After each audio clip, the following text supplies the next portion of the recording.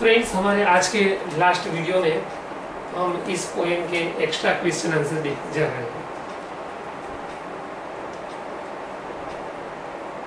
આપણો પહેલો સવાલ છે, how will this song of mind wind its music around the child?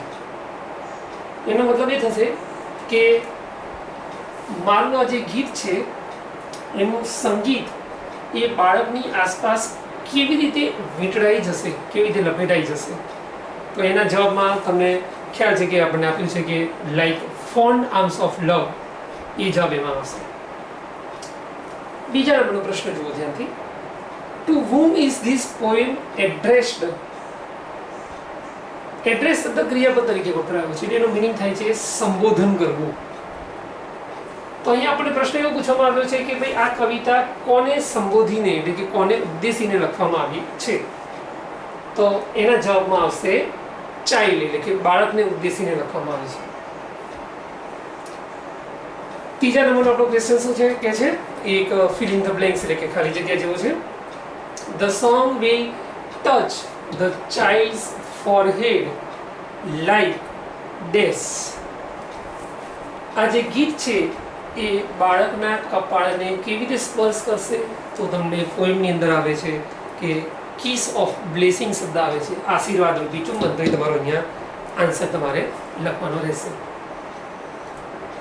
ચોથા નંબરનો આપણો પ્રશ્ન જુઓ. What will the song do for the child when it is alone at night? આમાં પણ એવું પૂછવામાં આવ્યું છે કે જ્યારે બાળક રાત્રે એકલો હશે, અલોન એટલે એકલું, ત્યારે આ ગીત તેના માટે કેવું કાર્ય કરશે, શું કાર્ય કરશે?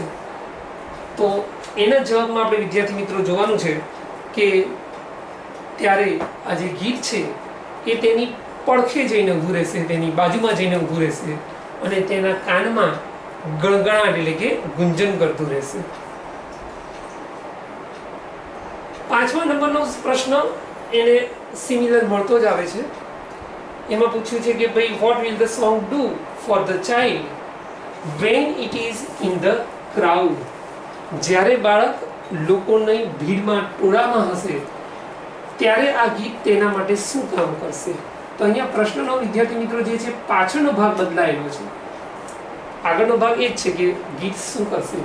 તો એમાં આપણે લખવાનું છે કે જ્યારે તે ટોળાની વચ્ચે હશે ત્યારે આ ગીત જે છે એ તેને કવચ બનીને રક્ષા કરશે, ફેન્સ કરશે તેનું. એ આપણને લાઈન આપેલી છે, એમાંથી તમારે શોધીને એનો જવાબ લખવાનો છે.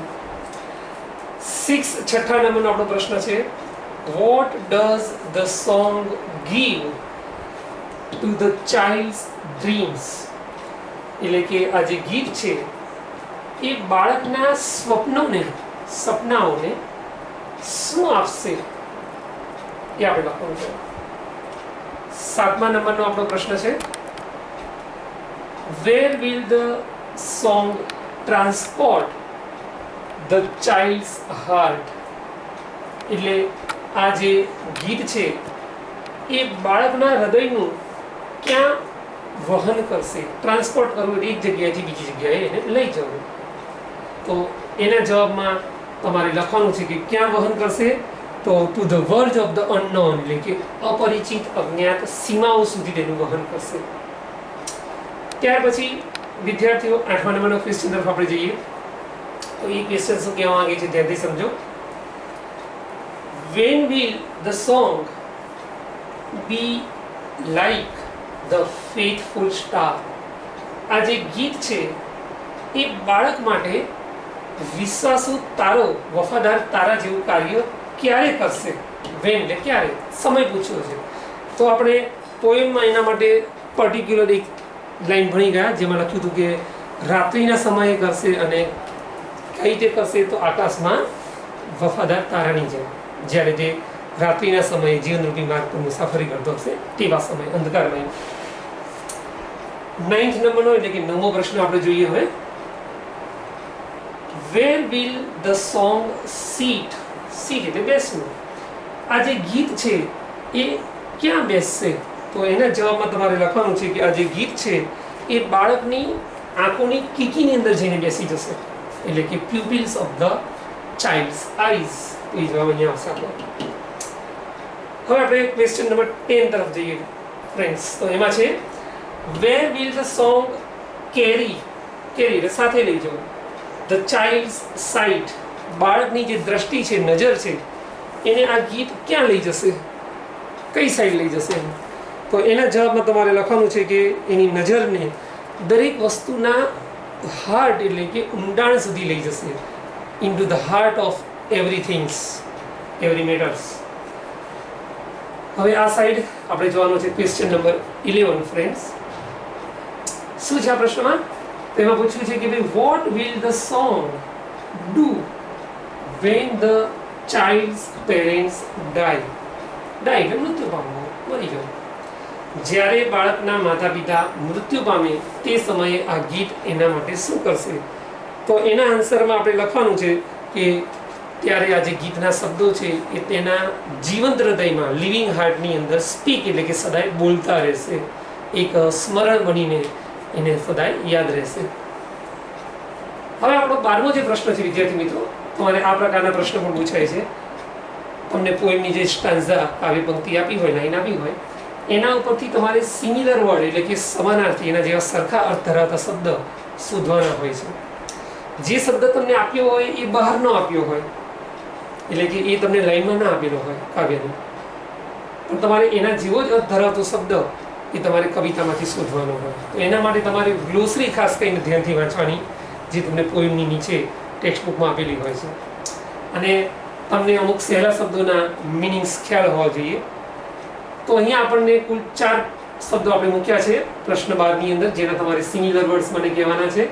પહેલો આપણો શબ્દ છે વિઝન એટલે દ્રષ્ટિ કે નજર. તો એના માટે કવિતામાં આપણે સાઇટ શબ્દ આવે છે, સાઇટ એટલે પણ દ્રષ્ટિ કે નજર.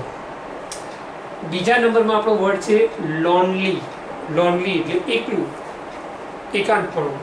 તો એમાં શબ્દ આવશે અલોન, એકલા માટે આપણે શબ્દ અલોન વપરાયેલો છે. આપણો ત્રીજો શબ્દ જોઈએ વિદ્યાર્થીઓ, એ છે પ્રોટેક્ટ એટલે રક્ષણ કરવું. તો યાદ કરો વિદ્યાર્થીઓ કે આ કવિતામાં રક્ષણ કરવું, રક્ષા કરવા માટે કયો શબ્દ આવ્યો? ફેન્સ. ચોથો નંબરનો આપણો શબ્દ છે લોનલીનેસ એટલે એકાંતપણું, દૂર રહેવું બધાથી. તો એના માટે દૂર રહેવા માટે, બધાથી અલગ રહેવા માટે શબ્દ આવે છે અલુફનેસ, જે લોનલીનેસનો સિમિલર વર્ડ એટલે કે સમાનાર્થી શબ્દ થશે. હવે જે રીતે સમાનાર્થી પૂછાય છે એ જ રીતે વિદ્યાર્થી મિત્રો વિરોધી શબ્દ પણ પૂછાતા હોય છે શોધવાના. એમાં પણ તમને વિરોધી શબ્દ બહારનો આપેલો હોય અને તમારે કવિતામાંથી એનો બીજો વિરોધી શબ્દ શોધીને લખવાનો હોય. તો વિરોધી શબ્દ માટે ઇંગ્લિશમાં ઓપોઝિટ વર્ડ પણ છે, અને આ શબ્દ પણ છે એન્ટોનિમ એટલે પણ વિરોધી શબ્દ એટલે કે વિરુદ્ધાર્થી શબ્દ.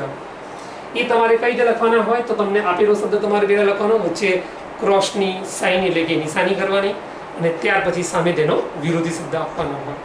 પણ એ આપણે ક્યારે કહી શકીએ? જ્યારે આપણને આપેલ શબ્દનો મિનિંગ એટલે કે અર્થ ખ્યાલ હોય તો આપણે કવિતાની લાઈનમાંથી તેને શોધી શકીએ. તો આપણો પહેલો શબ્દ છે કર્સ, અને વાંચીશું કર્સ એટલે શ્રાપ. કોઈ આપણને અભિશાપ આપે, શ્રાપ આપે, એના માટે આ શબ્દ વપરાય. તો એનો એનો વિરુદ્ધાર્થી શબ્દ એટલે કે ઓપોઝિટ વર્ડ આપણે લેસનમાં જોઈ ગયા, કવિતામાં જોઈ ગયા બ્લેસિંગ એટલે આશીર્વાદ. હવે આપણો બીજો શબ્દ જોઈએ નોન. આમાં કે સાઇલેન્ટ છે એટલે આપણે નોન એવો ઉચ્ચાર કરીશું. નોન એટલે શું? જાણીતું, પરિચિત. તો કાવ્યમાં બહુ સહેલો શબ્દ આવી ગયો, અપરિચિત માટે અનનોન શબ્દ આવી ગયો. આગળ ખાલી અન શબ્દ ઉમેરવાનો છે, યુએન, એ તેનો એન્ટોનિમ શબ્દ ગણાશે. હવે સી એટલે કે ત્રીજા નંબરનો શબ્દ જુઓ, હેટ. બહુ ઇઝી વર્ડ છે. હેટ એટલે કોઈને નફરત કરવી, કોઈને ધિક્કારવું. તો કાવ્યમાં પ્રેમ કરવા માટે, સ્નેહ માટે શબ્દ આવ્યો લવ.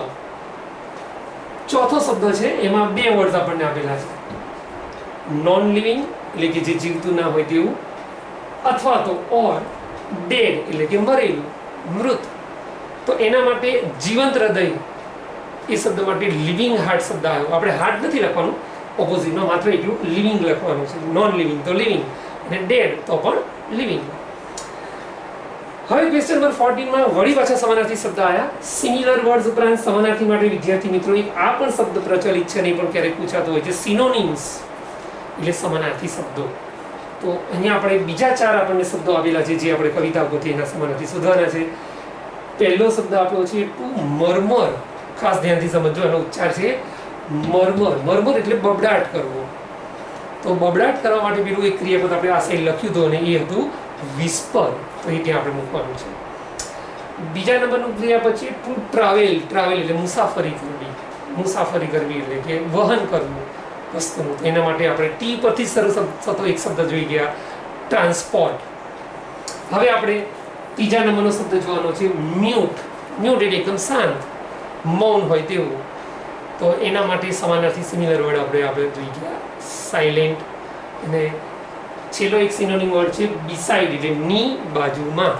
તો એના માટે આપણે શબ્દ છે સીટ બાય સાઇડ એટલે કે કોઈની બાજુમાં. હવે વિદ્યાર્થી મિત્રો, એક ખાસ મહત્વની સૂચના તમારે સમજવાની છે કે તમારે નોટબુકની અંદર ક્વેશ્ચન અને આન્સર બંને એક પછી એક લખવાના છે. પહેલાં એટલા ક્વેશ્ચન્સ નથી લખવાના કે પાછા સીધા આન્સર્સ નથી લખવાના. ક્વેશ્ચન નીચેનો આન્સર એ પ્રમાણે તમારે તૈયાર કરવાનું છે, હેડિંગ આપીને એક્સ્ટ્રા ક્વેશ્ચન આન્સરનું. ખાલી જગ્યા જે હોય એના જવાબો ખાલી જગ્યામાં જ પૂરી દેવાના છે. સિમિલર વર્ડ સામે ડેશ કાં તો એરોની નિશાની કહીને દર્શાવવાના છે અને ઓપોઝિટ એટલે કે વિરોધી શબ્દ ક્રોસની નિશાની કહીને દર્શાવવાના. તો અહીંયા આપણા 3 વિડીયોમાં આજે આપણે પોઈમ નંબર 1 માય સોંગનો સ્ટડી કમ્પ્લીટ કર્યો.